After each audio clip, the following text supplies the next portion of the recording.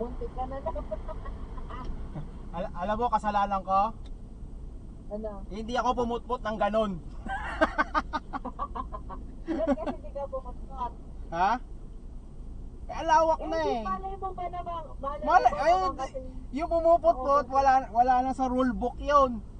Survival na lang yun. Ayan. Isang ebidensya na kailangan pumutpot. Yan ang kasalanan ko. Wala naman sa rule book yan. Tinikitan siya.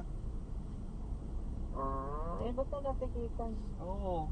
Bahala siya. Kapag ikaw kasi, yung police report mo, kapag pinost mo yan ng ano, pwede yan didemanda siya. Kasi kailangan niyang bayaran yung ano mo kahit may insurance mo.